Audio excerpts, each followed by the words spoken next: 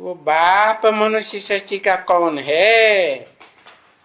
आदम, Adam, आदिदेव या अर्जुन है? विश्व का बादशाह कौन है? सारे विश्व पर कंट्रोलर है। तो कहेंगे उस बाप का भी कोई बाप है, और वो आत्माओं का बाप है। क्योंकि सुख भोगते भोगते वो आदम की आत्मा भी तो देहाभिमानी बन पड़ती है ना, संग के रंग में आते आते है? नहीं बनती? बनती है। हाँ, और आत्माएं जल्दी देह के संग के रंग में आ जाती हैं, और वो धीरे धीरे धीरे नीचे उतरते उतरते आखिर पूरा नीचे उतरता है या नहीं उतरता है? उतरता है। तो जब नीचे उतरता है तो देहभान में आ जाता है। क्या देहभान? वही जो दुनिया वालों में देहभान, खास करके भारतवासियों में देहभान आया। शिवोऽहम् ब्रह्मास्मि, आत्मा सो परमात्मा। हम ही आत्मा है, हम ही परमात्मा। ये भान आया या नहीं आया? अंतिम जन्म में आया।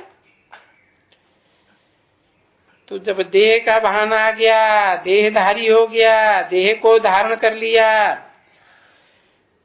तो फिर देह का बाप याद आता है या आत्मा का बाप याद आता है? देह का बाप याद आता है, आत्मा का पता ही नहीं।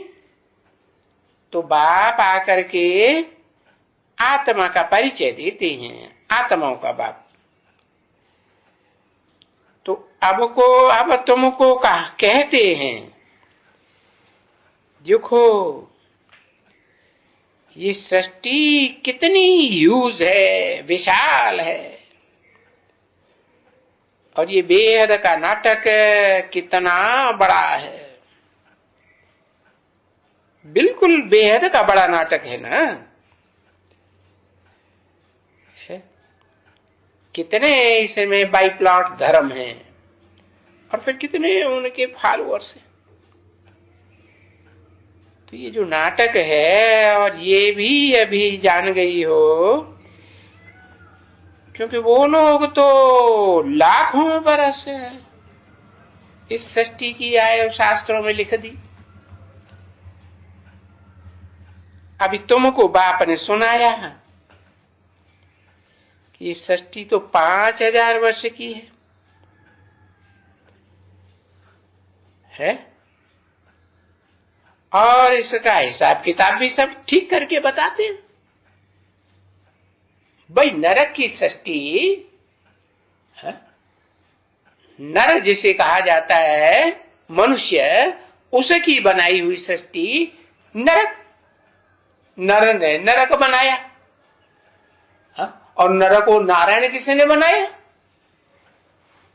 नर को नारायण उसने बनाया जिसने उसे मनन चिंतन मंथन करना सिखाया।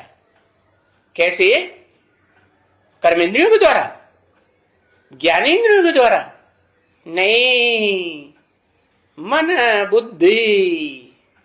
बुद्धि मन को कंट्रोल कर सकती है। अगर मन को खुला छोड़ दे, लगाम ढीली छोड़ दे, तो घोड़ा मन रूपी तेज दौड़ता है। तो बताया कि ये सृष्टि जो है 5000 वर्ष की है, लाखों वर्ष की नहीं है। और 2500 वर्ष का इस सृष्टि में नरक का खेल, दुख का खेल, और 2500 वर्ष इस सृष्टि में सुख का खेल चलता है। आधे युग है स्वर्ग के, सुख के, सतयुग त्रेता स्वर्ग, और द्वापर कलयुग नरक। क्यों? क्योंकि द्वैतवादी युग शुरू हो जाता है। द्वैतवादी युग का मतलब क्या हुआ? कि देवताएं अद्वैत होते हैं, माना एक को मानने वाले होते हैं, दूसरे को मानने वाले नहीं होते। वहां एक राजा होता है। 2500 वर्ष में हर पीढ़ी में एक ही राजा होगा क्या?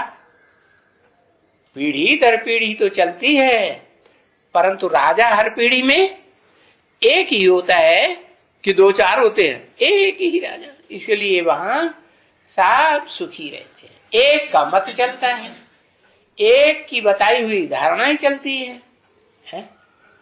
और एक की चलाई हुई भाषा चलती है। जो एक बोलेगा सो सब बोलेंगे क्या? वहां क्या होता है? एक ने कही और दूसरों ने सबने वही बात मानी। तो देखो ये हिसाब किताब है क्या है? अद्वैतवाद और द्वैतवाद का। जहां द्वैतवाद होता है, दो धर्म पिताएं होते हैं जिस सृष्टि में, दो राजाएं होते हैं, दो भाषाएं होती हैं, दो मतें होते हैं, दो कुल हो जाते हैं, तो सब गड़बड़ हो जाता है। सब आपस में तुंडे तुंडे मतिर भिन्ना, अपनी अपनी कथा कहानी सब अलग अलग बताते, सब भगवान बन के बैठते। क्या कहते हैं? आत्मा सो परमात्मा कह देते हैं। खुदा तो जर्रे जर्रे में है, भगवान तो कण कण में व्यापी है। अरे भगवान को मुट्ठी में मिलाई दिया है और खुद अपने अपने को ऊंचा बना करके बैठ गए। सब में देह अहंकार भरा हुआ है। क्या अहंकार माने? अहं माने मैं, कार माने बस मैं ही जो कुछ हूं करने वाला हूं, मैं जो करूंगा सो होगा, ऐसे समझने लग पड़ते हैं। तो कोई भी मनुष्य नहीं है जो इस हिसाब किताब को, सुख दुख के खेल को समझे। तुम्हारी बुद्धि में तो रहना चाहिए। बेहद का बाबा बेहद की बातें बैठ के समझाते हैं, वो हमको पढ़ाते हैं।